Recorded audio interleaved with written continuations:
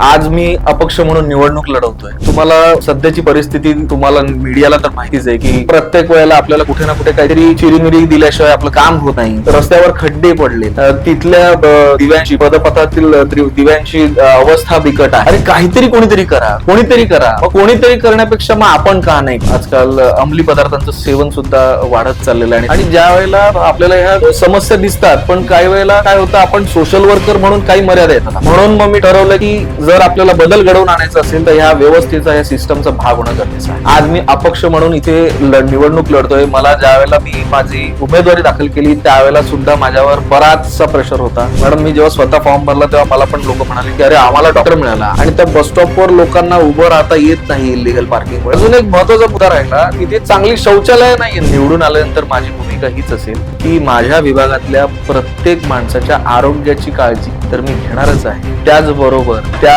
विभागातल्या मुलांना चांगल्या दर्जाच्या शाळा मिळाव्यात. नमस्कार. राजकारणात सुशिक्षित तरुणांनी यायला पाहिजे असं नेहमीच म्हटलं जातं, कारण यांच्या शिक्षणाचा जो फायदा आहे तो समाजाला होत असतो. तर यावेळी निवडणुकीच्या रिंगणात उतरलेले आहेत असेच एक सुशिक्षित तरुण डॉक्टर हेमंत ठाकूर. आज ते आपल्या स्टुडिओमध्ये आहेत. तर डॉक्टर नमस्कार. नमस्कार. मला सांगा की या निवडणुकीमध्ये तुम्ही कोणता असा विचार ठेवून या निवडणुकीच्या मैदानात उतरलेला आहात? सगळ्यात पहिले तर धन्यवाद, आज मला इथे तुम्ही बोलवलं. निवडणुकीमध्ये आता मी डॉक्टर आहे, मी प्रॅक्टिसिंग डॉक्टर आहे, आयुर्वेदाची प्रॅक्टिस करतो आहे. सगळ्यात महत्वाचा आणि कळीचा मुद्दा जर काही असेल, मी विभाग क्रमांक 53 मधून मी निवडणूक लढवत आहे आणि त्या भागामधल्या आरोग्य सुविधा हा फार महत्वाचा प्रश्न आहे आजच्या घडीला. आणि मला वाटतं आरोग्य सुविधा आणि त्याच्याबरोबर इतर मग जे प्रॉब्लेम्स आपण नेहमी तिथे बघायला मिळतात, स्पेशली आरेच्या भागामध्ये मला जे प्रॉब्लेम्स बघायला मिळतात, पाण्याची समस्या आहे, रस्ते आहेत, पण सगळ्यात प्राथमिकता जर मला काही कुठल्या विषयाला द्यायचं असेल तर ते आरोग्य असेल. अच्छा, बरं, आरोग्य असेल. मला एक सांगा की निवडून आल्यानंतर तुमची भूमिका काय असेल? मॅडम, निवडून आल्यानंतर माझी भूमिका हीच असेल की माझ्या विभागातल्या प्रत्येक माणसाच्या आरोग्याची काळजी तर मी घेणारच आहे. त्याचबरोबर त्या विभागातल्या मुलांना चांगल्या दर्जाच्या शाळा मिळाव्यात. शाळा आहेत, शाळा नाहीयेत असं नाहीये, चांगल्या शाळा मिळाव्यात. त्या विभागाची स्वच्छता चांगली राहावी, रोगराई होऊ नये तिथे. त्याचबरोबर तिथे बऱ्याच अंशी तिथे आजकाल अंमली पदार्थांचं सेवन सुद्धा वाढत चाललेलं आहे आणि त्याबद्दल तिथे काही ना काहीतरी ठोस पावलं उचलणं गरजेचं आहे आणि ते थांबायला मी नक्की तिथे ठोस पावलं उचलू आणि प्रयत्न करू. बरं, मला आता तुम्ही सांगा की तुम्ही आता म्हटलेलं आहात की ठोस पावलं उचलणं. ठीक आहे, भ्रष्टाचार विरोधात तुमची भूमिका काय असेल? मॅडम, मी उतरलोच या रिंगणामध्ये भ्रष्टाचाराच्या विरोधात. आज मी अपक्ष म्हणून निवडणूक लढवतोय. तुम्हाला सध्याची परिस्थिती तुम्हाला मीडियाला तर माहितीच आहे की काय चाललंय, म्हणजे तिकीट मिळालं नाही म्हणून कोण काय काय करतंय वगैरे वगैरे वगैरे. आणि भ्रष्टाचार हा असा विषय आहे ना, हा फार जवळून आम्ही म्हणजे जवळून म्हणण्यापेक्षा आपण डेली आपल्या व्यवहारामध्ये आपण बघत असतो. कुठलाही व्यक्ती, सामान्य व्यक्ती, आता आपण महानगरपालिकेच्या इलेक्शन बद्दल बोलू. महानगरपालिकेच्या जेव्हा त्याचं बर्थ सर्टिफिकेट असेल, डेथ सर्टिफिकेट असेल किंवा मॅरेज सर्टिफिकेट असेल किंवा इतरही ज्या सुविधा आपण घ्यायला जेव्हा जातो, तर बऱ्याचशा वेळेला, मी असं म्हणणार नाही की प्रत्येक वेळेला, पण बऱ्याच वेळेला असं होतं की कुठे ना कुठे छोट्या मोठ्या प्रमाणामध्ये आपल्याला तो भ्रष्टाचार बघायला मिळतो. प्रत्येक वेळेला आपल्याला कुठे ना कुठे काहीतरी चिरीमिरी दिल्याशिवाय आपलं काम होत नाही. जर होत असेल तर मग त्या कामाला खूप वेळ लागतो.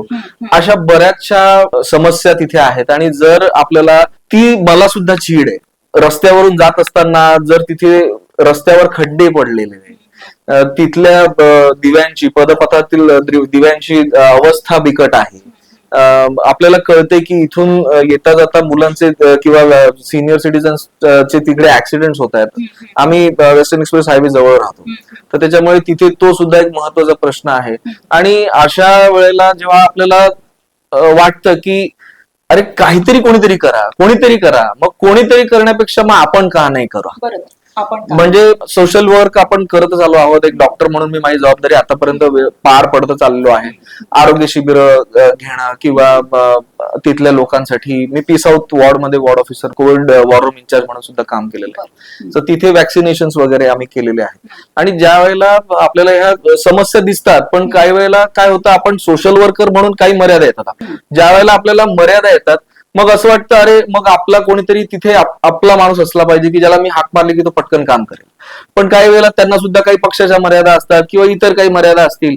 तर मग अशा वेळेला आपण स्वतः जोपर्यंत त्या सिस्टमचा भाग होत नाही तोपर्यंत आपल्याला काही करता येत नाही. म्हणून मग मी ठरवलं की जर आपल्याला बदल घडवून आणायचा असेल तर ह्या व्यवस्थेचा, या सिस्टमचा भाग होणं गरजेचं आहे. म्हणून मी ही निवडणूक लढवण्याचा मी निर्धार केलेला आहे. बरं, आता तुम्ही म्हटलं की आपला माणूस असलं पाहिजे, बरोबर ना? तर मग लोकांना, म्हणजे तुम्ही निवडून आलात की लोकांना तुमच्याशी थेट संपर्क साधता येईल का? हो, नक्कीच. म्हणजे मी ज्या वेळेला कोविड मध्ये काम केलेलं होतं त्यावेळेला आम्ही डेली जवळपास 2 ते 3 हजार लोकांशी आम्ही संपर्क साधतच होतो. आमची टीम होती, नो डाऊट. आणि आता सुद्धा मी अप्रोचेबलच आहे. म्हणजे मी जिथे माझा प्रचार सुरू केला तिथे मी आधी पेशंट बघितले आणि मग माझी प्रॅक्टिस सुरू केली. म्हणजे मग माझी प्रचाराला सुरू केली. म्हणजे आता बघा प्रॅक्टिसच येत आहे अजूनही. तर म्हणजे डॉक्टर असल्यामुळे सो एकतर रुग्णसेवा, काल रात्री सुद्धा आम्ही जवळजवळ मला वाटतं 11:30-12 वाजले होते आणि एका पेशंटचं मला फोन आला की सर मला प्रचंड त्रास होतोय. मग मी पुन्हा रात्री माझं मालाडला सुद्धा क्लिनिक, मी मालाडच्या क्लिनिकला गेलो होतो, तिथे औषधं घेऊन आलो. मी रात्रीच्या रात्री त्यांना ती औषधं दिली.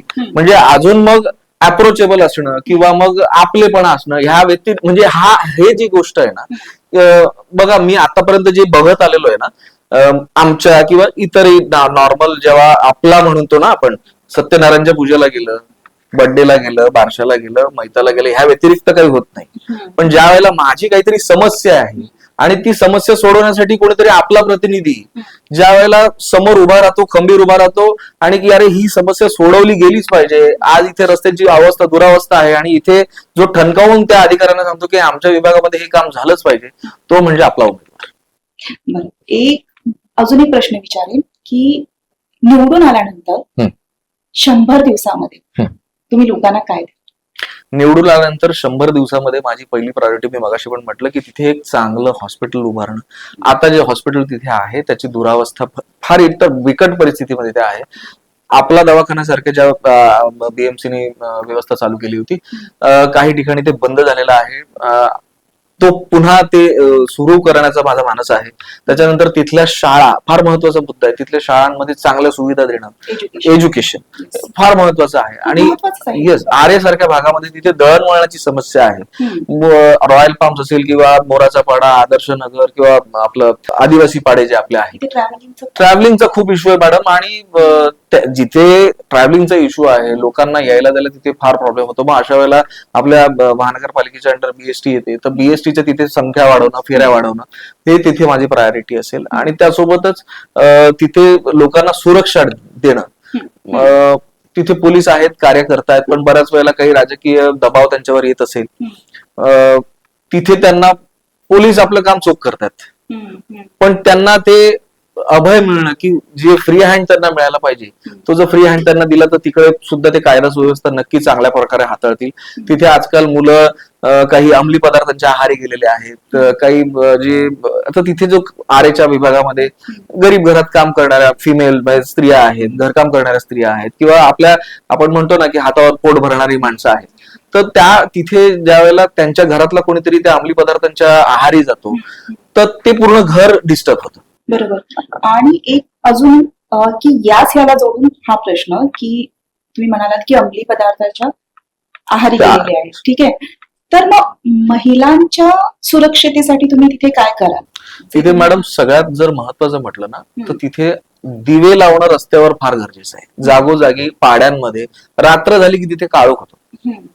आणि आता मी राहायला बिंबिसार नगर मध्ये आहे, पण तिथे सुद्धा काही असे स्पॉट्स आहेत की जिथे रात्री पूर्णपणे काळोख आहे. किंवा आता महिलांसाठी जर आपण म्हटलं तर ते महिलांच्या सुरक्षिततेसाठी आपण आपल्या ज्या लोकल पोलीस स्टेशनला सांगून तिथे आपण चौकीला आपण सांगू शकतो की तिथे जास्त सिक्युरिटी प्रोव्हाइड करा. लोकल एरियामध्ये आता मी स्वतः ईगल ब्रिगेडमध्ये मी पार्ट होतो आमच्या लोकल पोलीस स्टेशन सोबत. मग तशा ब्रिगेड पुन्हा ऍक्टिव्हेट करणं आणि जागोजागी सीसीटीव्ही कॅमेरे जर बसवले तर ते अतिशय चांगलं होईल, अतिशय उत्तम. तर सीसीटीव्ही त्याचं मॉनिटरिंग वगैरे जे आहे ते लोकल पोलीस स्टेशन चांगलं केलं तर मला वाटतं खूप तिथे आळा बसू शकतो. सर, नागरी सुविधांचं प्राधान्यक्रम तुमचं कसं असणार आहे? नागरी सुविधांच्या प्राधान्यक्रमामध्ये मी पुन्हा एकदा सांगतो की आरोग्य असेल, आरोग्य असेल. लोकांना पाणी मिळत नाही. आरे कॉलनी सारख्या भागामध्ये आज पाण्याची ही फार मोठी समस्या आहे. तर लोकांना प्यायचं पाणी, अन्न, वस्त्र, निवारा याच्यामध्ये जर निवारा म्हटलं तर आज तिथे आरे कॉलनी सारख्या भागामध्ये रिडेव्हलपमेंटचा प्रॉब्लेम लोकांना फार फेस करावा लागतोय. फॉरेस्ट सारखा एरिया असल्यामुळे तिथे बऱ्याचशा अडचणी येत आहेत. पण तिथे रॉयल पाम सारखा जो एरिया आहे तिथे ऑलरेडी इमारती आहेत, बंगलोज आहेत. मग आदिवासी पाड्यांमध्ये जे राहणारे लोक असतील किंवा इतर आदर्श नगर, मोराचा पाडा, इतर जे तिकडचे पाडे जे आहेत त्या पाड्यांमध्ये राहणाऱ्या लोकांना सुद्धा चांगल्या घरांमध्ये राहण्याचा हक्क आहे. आज ते लोक इतक्या वर्षांपासून तिथे राहत आहेत. जर सरकारने याच्यात हस्तक्षेप केला आणि त्या लोकांना जर चांगल्या घरांमध्ये त्यांना जर रिडेव्हलपमेंट मध्ये त्यांना मदत केली तर हा माझ्यासाठी फार महत्वाचा मुद्दा आहे. स्वच्छ पाणी, स्वच्छ पाणी हा प्रत्येकाचा अधिकार आहे. Yes yes. आणि आरे कॉलनी त्याचं झालं बिंबिसार नगर मध्ये जिथे मी राहतो तर बिंबिसार नगर मध्ये आमच्याकडे संक्रमण शिबिरामधली काही लोक आहेत. 17 बिल्डिंग अशा आहेत की जे संक्रमण शिबिराच्या आहेत, म्हाडाच्या बिल्डिंग आहेत. म्हाडाकडून त्यांना वेळोवेळी आता भाडं त्यांच्याकडून मागितलं जात आहे. काही लोकांना 2-2 लाख, 5-5 लाख, 10-10 लाख रुपये त्यांच्याकडून भाडे वसूल करण्यासाठी त्यांचा तगादा लावला जात आहे. आणि तिथे सुद्धा एक नगरसेवक म्हणून जरी ते माझ्या अखत्यारीत नसलं तरी सुद्धा त्यासाठी प्रयत्न करणं फार गरजेचं आहे. कारण का जी सगळी मंडळी आहेत, जी सर्व मंडळी आहेत ती कोणी रिक्षा चालवत आहे, कोणी घरकाम करत आहे, कोणी काय छोटा मोठा व्यवसाय करत आहे, अशी मंडळी तिथे आहेत. आणि अशा मंडळींना इतक्या भरमसाठ भाडी भरायला लावणं हे काही बरोबर नाहीये. त्याच्यामधून चांगला मार्ग काढला पाहिजे आणि नक्कीच त्यांना त्यांच्या हक्काची घरं मिळाली पाहिजेत या मताचा मी आहे. बरोबर. आणि तुमचा जाहीरनामा काय असेल? माझा जाहीरनामा असा आहे मॅडम, एकतर आपल्याला भ्रष्टाचाराविरुद्ध ही लढाई लढायची आहे, प्रस्थापितांच्या विरुद्ध आपल्याला उभं राहायचंय. आज मी अपक्ष म्हणून इथे निवडणूक लढतोय. मला ज्या वेळेला मी माझी उमेदवारी दाखल केली त्यावेळेला सुद्धा माझ्यावर बराचसा प्रेशर होता की तुम्ही प्रस्थापितांच्या विरोधात का लढताय, तुमच्या जीवाला धोका असू शकतो वगैरे वगैरे वगैरे. पण कोणीतरी तिथे आवाज उठवला पाहिजे. आणि जोपर्यंत तो सामान्य लोकांमधला एखादा कोणी व्यक्ती ज्या वेळेला आवाज उठवतो ना तर त्या आवाजाला आणि त्या माणसाला आपोआप साथ मिळत जाते. आणि भ्रष्टाचार रोखला पाहिजे, आरोग्य सुविधा दिल्या पाहिजेत, चांगल्या शाळा दिल्या पाहिजेत, रस्ते चांगले झाले पाहिजेत, महिलांची सुरक्षा ही आपली प्रायोरिटी असली पाहिजे.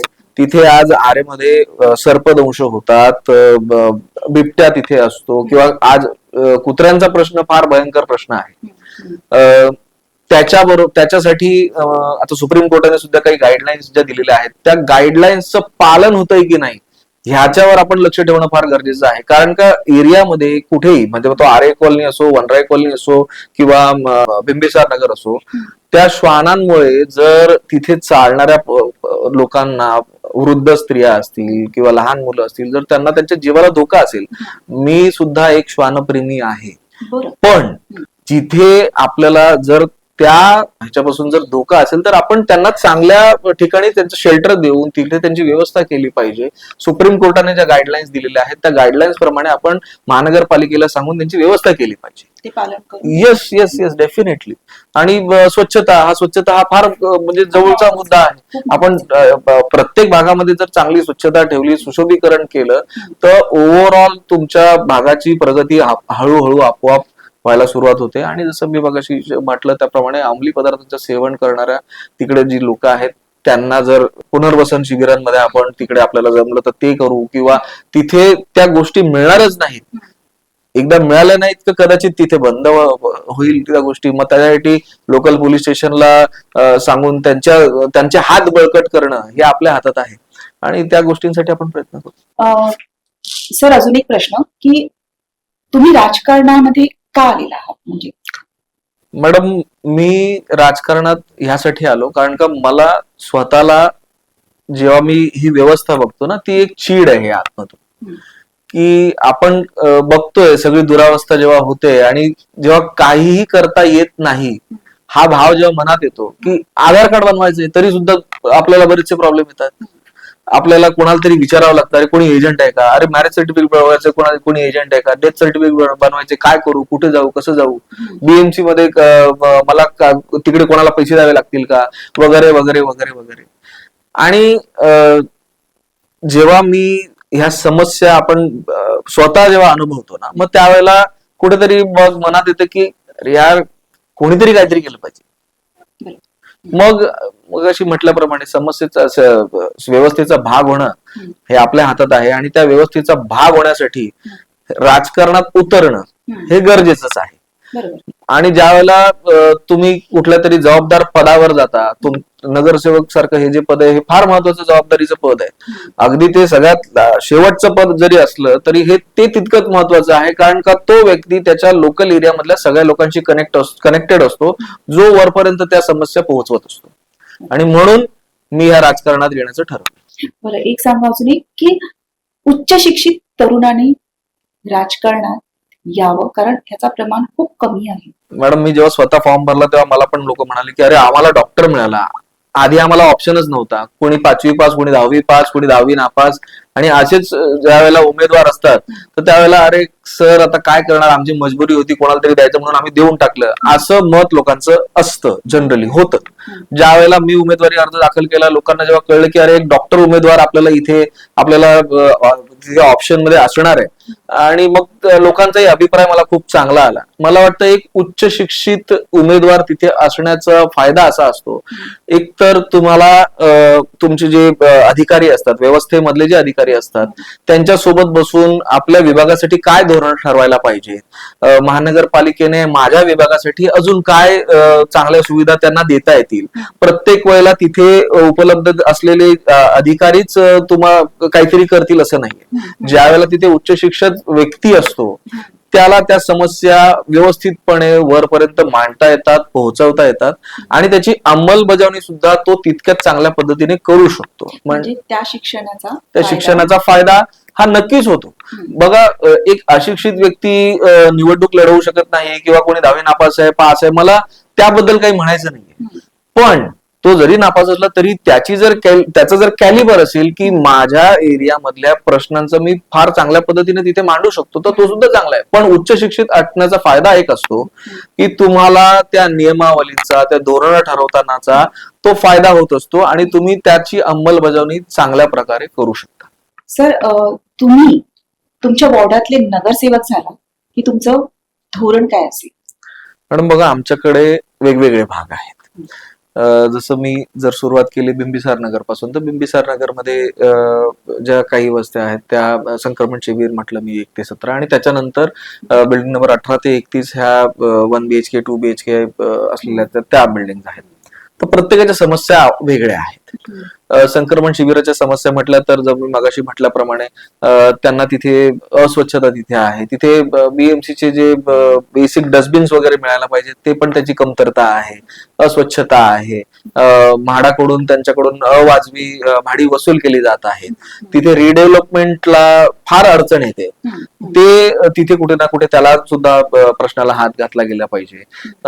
आमच्या ज्या बिल्डिंग आहेत तिकडे स्थानिक लोकांसाठी चांगलं जिम किंवा चांगलं गार्डन त्याची व्यवस्था नाहीये. आमच्या भागामध्ये जे मैदान आहे त्या मैदानाची फार बिकट अवस्था आहे. त्या मैदानामध्ये आधी मुलं खेळत होती, चांगल्या प्रकारे खेळत होती, पण आता ते मैदान इतकं बिकट अवस्थेत आहे की तिथे खेळता येत नाहीये. त्या मैदानाच्या आजूबाजूला पूर्णपणे रात्री अंधार होतो, लाईट्सची व्यवस्था नाहीये, आणि मग तिथे अंमली पदार्थाच्या आहारी गेलेले लोक कुठे चरस गांजा याचं सेवन करायला बसतायत. मग तिथे सुरक्षेचा मुद्दा सुद्धा तयार होतो. मग अशा वेळेला जर आपण तिथे चांगलं त्याची सुशोभीकरणाची व्यवस्था केली, तिथे आपण दिवे लावले, पदपथांवर दिवे लावले, स्वच्छता राखली, तर नक्कीच तो मग सुरक्षेचा जो प्रश्न आहे तो आपोआप बऱ्यापैकी सॉल्व्ह तिथे होतो. त्याच्यानंतर आपण जर पुढे वनराई कॉलनीमध्ये गेलो तर वनराई कॉलनी सुद्धा आता रिडेव्हलपमेंटला आता जाते आहे. पण त्या वनराई कॉलनीच्या बाहेर इलिगल हॉकर्स तिथे बऱ्यापैकी ठाण मांडून असतात. नेस्को निर्लॉन सारख्या ज्या IT मधून लोक जेव्हा या बाजूला येतात आणि तिथे बऱ्यापैकी ते जे हॉकर्स किंवा अनधिकृत फेरीवाले जे आहेत तर तिथे ते अस्वच्छता करतात. आणि त्यासोबतच इलिगल पार्किंग सुद्धा हा महत्वाचा मुद्दा आहे. इलिगल पार्किंगमुळे तिथे तो रस्त्यावर म्हणजे तिथे बस स्टॉप आहे आणि त्या बस स्टॉपवर लोकांना उभं राहता येत नाही इलिगल पार्किंगमुळे आणि लोक अक्षरशः हायवेच्या जवळ येऊन उभे राहतात. त्यामुळे तिथे बरेचसे ऍक्सिडेंट झालेले आहेत. म्हणजे आजच्या घडीला पार्किंग हा इतका मोठा भयंकर प्रश्न निर्माण झालेला आहे. बिंबिसार नगरमध्ये आता मागच्या आठवड्यामध्ये एक छोटीशी आग लागली. देवाच्या कृपेने तिथे कुठलीही जीवितहानी घडली नाही. फायर ब्रिगेडचा ट्रक सुद्धा आतमध्ये येऊ शकला नाही. ही आजच्या घडीला म्हणजे काय म्हणू ना आपण ती आपलं दुर्दैव आहे. म्हणजे जर ती आग मोठी असती तिथे जीवितहानी घडू शकली असती. त्याच्यामुळे कोणी येतं त्या बिंबिसार नगरमध्ये गाड्या लावून जातं आणि तिथे कोणी त्याला वाली नाहीये. नो डाऊट तिथे RTO काम करते, ते त्यांच्या परीने करतात, पण ते किती करतील? तिथे काही लिमिटेशनच नाहीये. कोणी येतंय, कोणी रात्री बेरात्री गाड्या लावून जातंय. ज्या वेळेला फायर ब्रिगेडचा ट्रक तिथे यायला अडचण झाली होती म्हटल्यावर हा प्रश्न फार गंभीर होऊ शकतो. म्हणून मग ती पार्किंगची समस्या सुद्धा हा म्हणजे त्याला एक नगण्य मुद्दा असं न धरता त्याला सुद्धा प्रायोरिटी दिली गेली पाहिजे. Yes yes. आणि तसंच सेम आपण जर आरे कॉलनीमध्ये गेलो तर तिथे आपण मगाशी म्हटल्याप्रमाणे रस्त्याला जाताना म्हणजे जो रस्ता बिंबिसार नगर मधून जातो तो आरेच्या लोकांना काय आणि बिंबिसारच्या लोकांना काय, चांगले रस्ते महानगरपालिकेच्या अखत्यारीत येणारे चांगले रस्ते जे आहेत त्या तिथे आजही आज गेल्या 30-40 वर्षापासून आरे कॉलनीमध्ये लोक राहत आहेत. आज जो मुख्य रस्ता आहे त्याचं कॉन्क्रिटायझेशन झालेलं आहे ते हल्ली झालेलं आहे. पण आजही पाड्यामध्ये जाणारे जे रस्ते आहेत त्याची प्रचंड दुरावस्था आहे. गेल्या आता ह्या जो पावसाळा गेला हा जवळपास 6 महिने चालू होता आणि त्या 6 महिन्यामध्ये तिथल्या लोकांना इतक्या हालापेष्टा सहन कराव्या लागल्या की तिथे लोक अक्षरशः जीव मुठीत धरून आपल्या घरापर्यंत गेलेले. म्हणजे तुम्ही रस्ते द्यायलाच पाहिजे, हा त्यांचा हक्क आहे. त्यांना जोपर्यंत चांगले रस्ते मिळत नाहीत, रस्ते मिळाले तर दळणवळणाची सुविधा तिथे आपोआप पोहोचतील. दळणवळणाच्या सुविधा चांगल्या मिळाल्या तर त्यांच्या बिचाऱ्यांचे त्यांचे व्यवसाय चांगले होतील. त्यांना जर चांगलं त्यांना 2 पैसे चांगले कमवता आले तर त्यांची जीवनमान सुधारेल. तर मग ह्या सगळ्या गोष्टी ज्या आहेत ह्या निगडीत आहेत. या ज्या सगळ्या सोयी सुविधा आहेत त्या त्यांना द्यायलाच पाहिजेत. आणि अजून एक महत्वाचा मुद्दा राहिला, तिथे चांगली शौचालय नाहीयेत मॅडम. आज आरे कॉलनीमध्ये जी वस्ती आहे आज जवळपास 17 ते 18 हजार लोक मतदार तिथे आहेत. कदाचित राहणाऱ्या लोकांची संख्या जवळपास 40 ते 50 हजाराच्या घरात असू शकते किंवा किंबहुना जास्त. पण तिथल्या लोकांना बेसिक चांगली सुविधा शौचालय चांगली शौचालय आहेत कमी पडत आहेत. मग त्यासाठी तुम्ही काय करा तिथे मॅडम, त्यासाठी जर शौचालय नसतील तर हा एक खूप महत्वाचा कारण महिलांसाठी हा फार महत्वाचा मुद्दा आहे. पहिली गोष्ट तर प्रयत्न आपला असेल तिथे अजून शौचालयांची संख्या वाढवणे, त्या शौचालयांची स्वच्छता वेळच्या वेळी होते की नाही याची खबरदारी घेणे, त्याप्रमाणे आपल्याला व्यवस्था लावता येईल. महानगरपालिकेच्या अखत्यारीत येणारी जी शौचालय असतील तर तिथे वेळोवेळी त्याला मेंटेनन्स तिथे केला जातोय का नाहीये, तिथे महिलांसाठी जी शौचालय आहेत किंवा सगळ्यांसाठी जी शौचालय त्याची व्यवस्थित स्वच्छता राखली जाते की नाहीये, हा फार अतिशय महत्वाचा मुद्दा. तिथे जसं मी म्हटलं पाणी, मग आपल्याला जर शौचालयामध्ये तिथे जर पाणीच मिळालं नाही तर तिथे अजून मग त्या शौचालयांचा वापरच होणार नाही. मग तिथे मग रोगराई पसरण्याचं मग हे जास्त चान्सेस जास्त आहेत, प्रमाण जास्त आहे. मग आपण जर त्यांना बेसिक सुविधा दिल्या नाहीत, आज इतकी वर्ष होऊन सुद्धा जर आदिवासी पाड्यांना आदिवासी पाडे आणि ते तसेच राहतात, ते वंचित राहतात. आणि कितीतरी वंचित आपल्या बहुजनांच्या समाजाला बेसिक सुविधा जर आपण आज भारताच्या स्वातंत्र्यानंतर देऊ शकत नाहीये तर ही आपल्यासाठी फार लांछनास्पद बाब आहे. आपण आपल्या लोकांना बेसिक सुविधा दिल्या गेल्या पाहिजे. अन्न वस्त्र निवाऱ्यासोबत आपण ह्या ज्या गोष्टी ज्या पटल्या रस्ते, पाणी, वीज, आरोग्य, सेफ्टी, त्यांच्या सुरक्षेची हमी, हे मुद्दे खळीचे मुद्दे आहेत.